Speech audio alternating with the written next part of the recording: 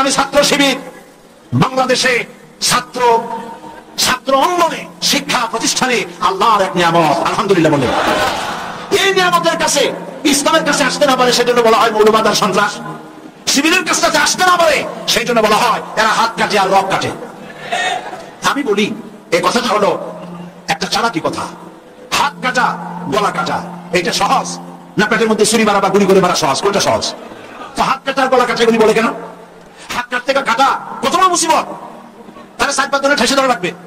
তাছাড়া কেউ কি বলবে যে আসছেন যখন আপনি হাতটা কাটিয়ে দিয়ে যান, এরকম বলবে কেউ? 4-5 জনের ঠেসা ধরবে, মুখের মধ্যে গামছা পরবে, তারপরে হাত কাটবে বা রক কাটবে, পায়ের রক হাতের রক এভাবে কাটবে। এত ছুরি নিতে যাবে কেন?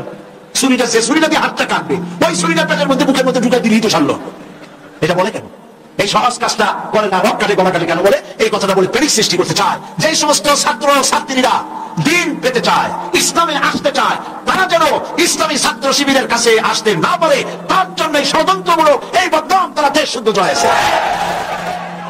কিছুই করতে পারবে না ইনশাআল্লাহ, এগুলি করে কিছু করতে পারবে না। 119 জন শিবিরের নেতা কর্মী শাহাদাতের নজরানা আল্লাহর দরবারে পেশ করেছে। আমি আপনাদেরকে বলবো পরের মুখে ঝাল না খাইয়া নিজের একটু চেষ্টা করেন। ওরা যেখানে থাকে শিবিরের ছেলেবেলেরা এরা মাঝে মধ্যে সব্বে দাঁড়িয়ে করে যাই দেখবেন ঘরের পাশে গিয়া জানলার ফাঁক দিয়ে তাকাই দেখেন ওরা কি করে। এরা মাদ্রাসায় পড়ে নাই, কলেজে বিশ্ববিদ্যালয় পড়ে, হয়তো দাড়ি টাড়িও এ পর্যন্ত অনেকে রাখতে পারে নাই, কিন্তু যাই দেখবেন বস্তা ছেঁড়া হইলেও বাদাম চাউলে ভরা, উপরে রং কাঁচা থাকলেও ভিতরে পাকা আম। ভিতরে যাই দেখবেন রাতের বেলা যখন তারা সব্বেদারি করে, তাহাজ্জুদের নামাজ পড়ে, সাহাবায়ে কেরামদের জীবনী আলোচনা করে আর মুনাজাত করে সারা রাত কিভাবে ওরা কান্দে একটু তাকাই দেখেন।